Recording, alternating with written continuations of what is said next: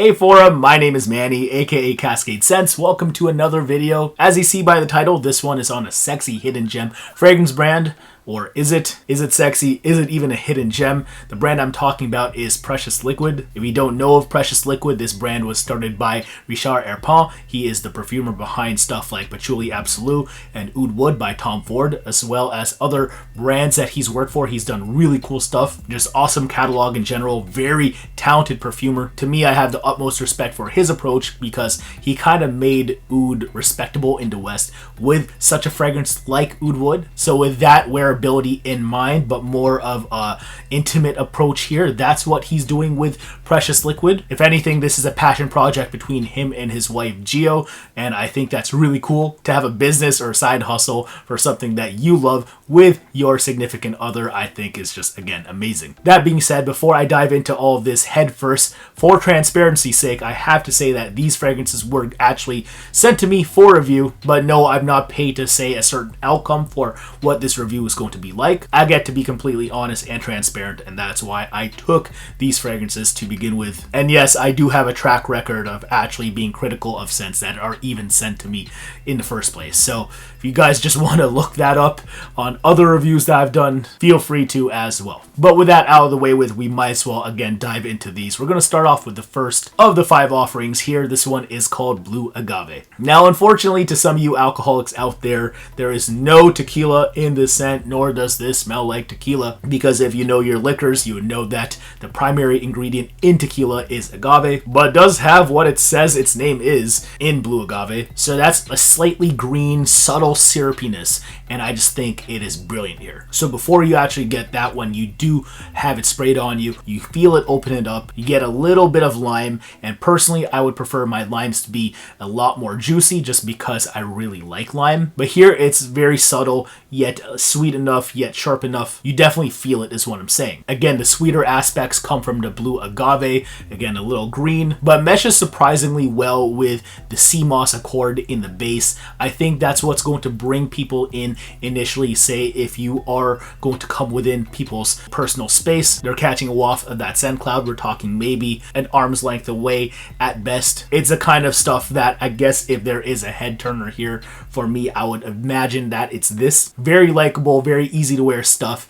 Again, it's going to give you vibes of maybe a more picturesque time. We're talking vacation, we're talking linen shirt, we're talking shades, sandals, shorts, margarita in hand. That's what I feel like with this right here. Really no complaints about this stuff. It's kind of stuff that you kind of spray on, not really think about. You know you're going to smell good, but you're also not going to smell like everyone else when it comes to traditional men's colognes. That being said, we're going to move on to the next fragrance here. This one is Mandarine, and I know it's called Mandarin, but there's no mandarin in here. So no, it doesn't really smell like an orange, but what you mainly get out of this fragrance here is a green vegetal vibe in rhubarb. Guys, rhubarb is so pretty, and I wish it was used more in other fragrances, let alone this one. I kind of just want to be hit in the face with it just because I think it smells so good. You have some other herbs here to help support it, like rosemary and thyme. Kind of a nice kick in your nose, which I appreciate, which I think is kind of necessary just because the rest of the scent is extremely soft and thus doesn't project as much in case you guys are sticklers for projection. That's not going to happen out of the scent, just saying. We're talking minimalist, green, vegetal, musky vibes. Yes, you're going to get a lot of musk in the base here too.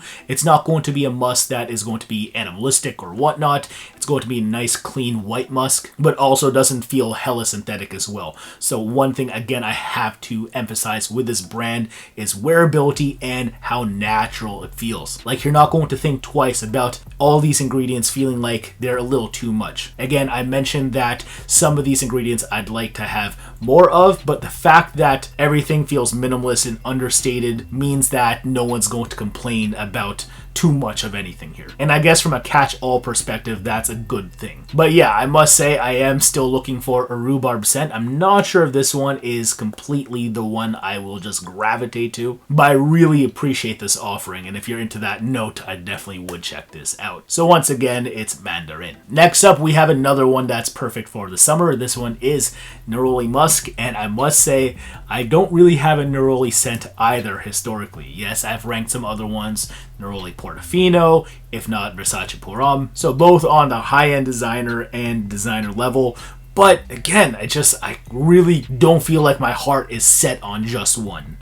Until now. This stuff rules. It's what I want out of Neroli to begin with. Typically, Neroli for me leans too sharp, or the bitter orange floral vibe feels too synthetic. There's always something. But this to me is just right. I love it. A little bit more greenness is also emphasized with the Neroli here. I think that's largely in part to the verbena that's also mentioned. Just very pretty stuff. On top of that, I just feel like the rest of it, there's nothing wasted. You have a little bit of moss there, but ultimately I'm getting a lot of musk. So it really is what it says it is in Neroli Musk. That's pretty much most of what I'm getting, and again, I just really can't complain. If there's a nice spring into summer transition day, very bright outside, very hot, this is going to be one of the fragrances I'll definitely just drain the bottle of. Part of why that is not just because I love it, it's because I think I'm going to have to, as far as if this is going to quote unquote last. Last as far as projection, not as far as just overall longevity. I'll take 6 to 7 hours, cool, but you know, if I want to keep getting wafts of myself, I'm really only getting good projection for about 2 hours. And that's okay, because I don't mind spraying more of myself if I want that effect, or if I just want to fly under the radar, I can just spray this a few times to start off my day. It's cool. But to me, by far, this is the most satisfying of the 5. So if you've yet to find a Neroli scent for yourself, definitely check this out. Moving on to the next one, here we go. This is the Rose Blanche. And Rose Blanche to me is perhaps my second favorite of the line. Wasn't expecting this, to be honest. I don't know why. I wasn't expecting a sweet, jammy, bright rose. But of course, that's what I'm getting here. Very, very inviting. It's a rose to me that I think guys can actually identify with as well if you're not looking for that voluptuous portrait of a lady vibe. You know, this is definitely something I would pursue. And also, there's not enough summer roses out there on a unisex niche level, in my personal opinion. I feel like they still lean too feminine, if that makes any sense. This to me is just right. And if it's not for you, then I guess rose is just not the no for you. At least that's how I see it. I don't know. Maybe I'm wrong. But yeah, to furthermore accentuate the jammy, sweet, rosy vibe, here you also have some blackcurrant. Blackcurrant is going to be a dark, juicy fruitiness. Usually not the main player in any fragrance it's in, but definitely supports whatever fruity note or floral note is there to begin with. And again, it just does it brilliantly here with that rose. And for the most part, that's what you're getting from jump until the end of this fragrance's life. Good enough longevity, good enough projection. I don't hate this whatsoever. Definitely getting some play for when it actually gets brighter out.